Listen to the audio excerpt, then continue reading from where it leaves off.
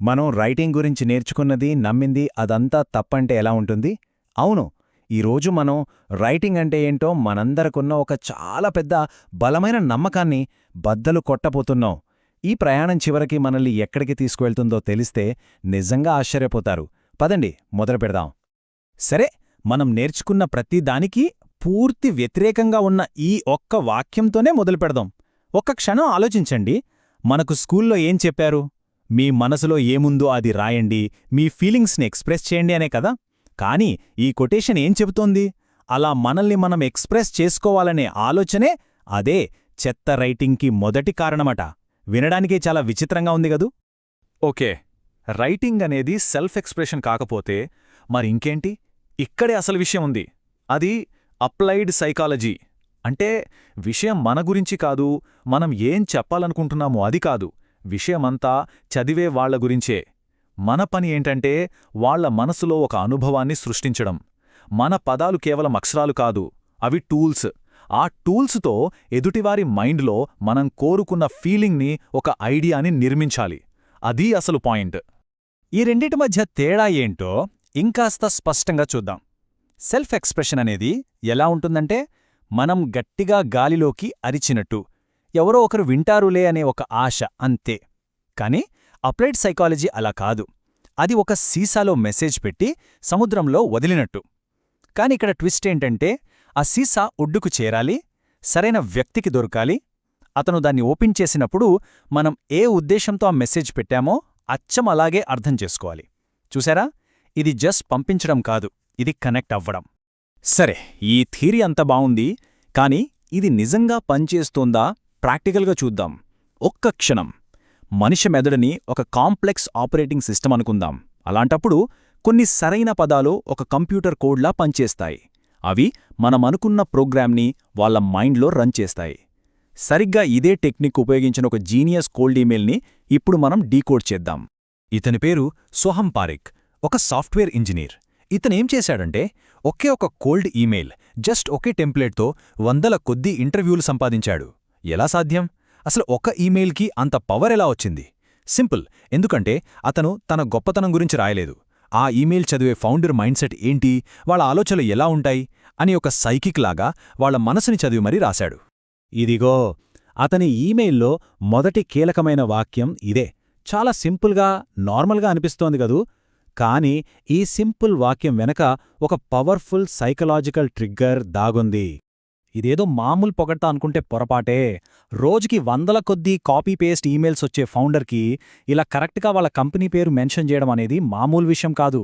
అదేం సిగ్నల్ పంపుతుందంటే, హే, నేను మీ గురించి రీసెర్చ్ చేశాను, మీరు నా లిస్టులో ఇంకో పేరు కాదు అని. ఒక్క దెబ్బకి మిగతా వందల మందిలోంచి ఇతను ప్రత్యేకంగా నిలబడ్డాడు.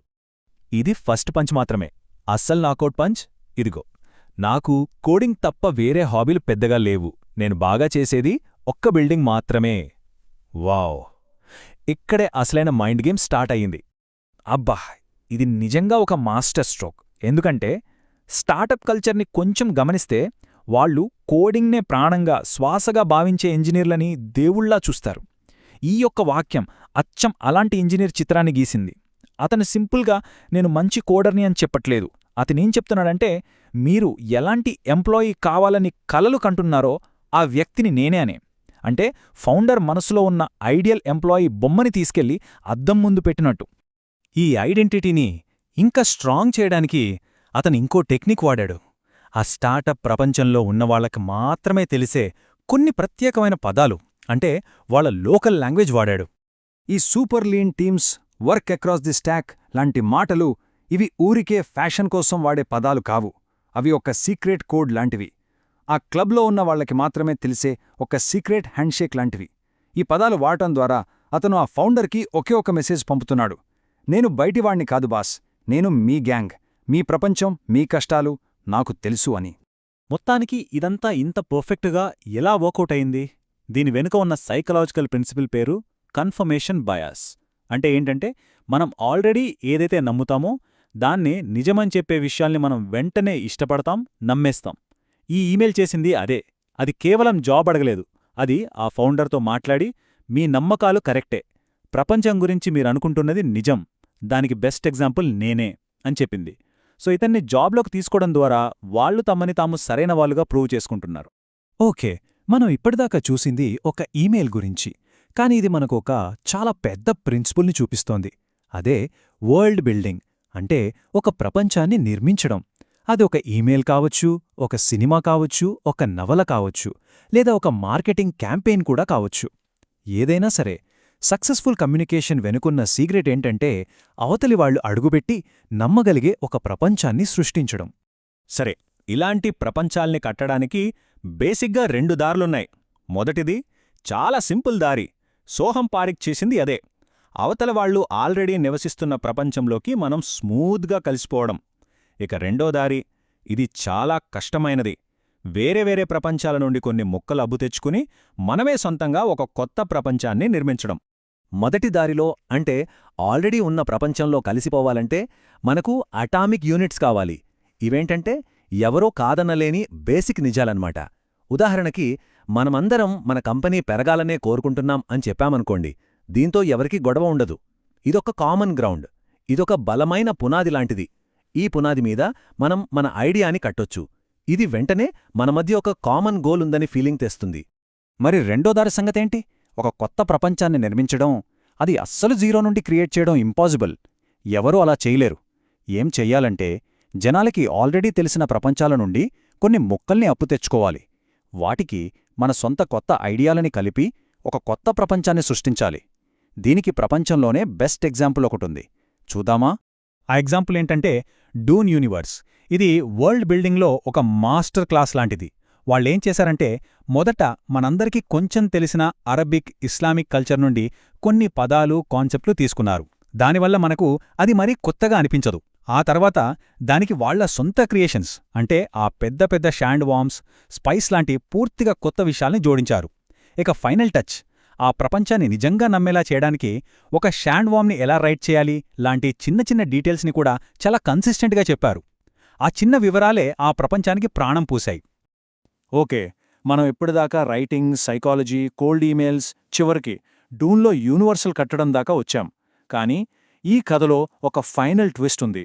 ఈ మొత్తం కాన్సెప్ట్ని ఈరోజు, ఈ క్షణంలో ఎప్పటికన్నా చాలా చాలా ముఖ్యమైనదిగా మార్చే ఒక పెద్ద నిజం ఇప్పుడు రివీల్ అవ్వబోతోంది.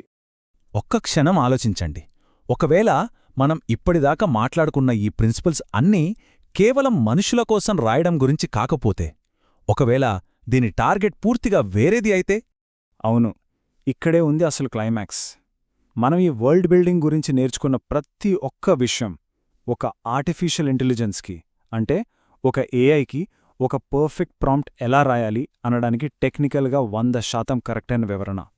ఇది ఏదో సరదాకి చెప్పే పోలిక కాదు, ఇది అక్షరాలా నిజం.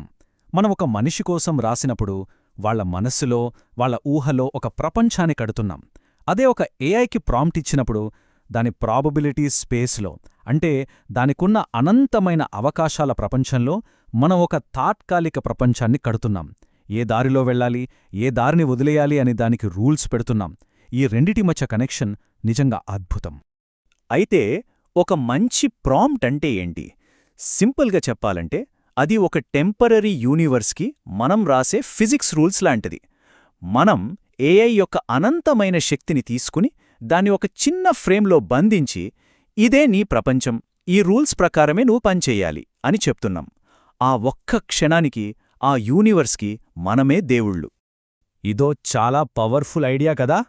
ఆలోచించండి, మనం ఏఐకి ప్రాంప్ట్ ఇచ్చిన ప్రతిసారీ మనం కేవలం కమాండ్స్ ఇవ్వట్లేదు, మనమొక కొత్త విశ్వాన్ని సృష్టిస్తున్నాం.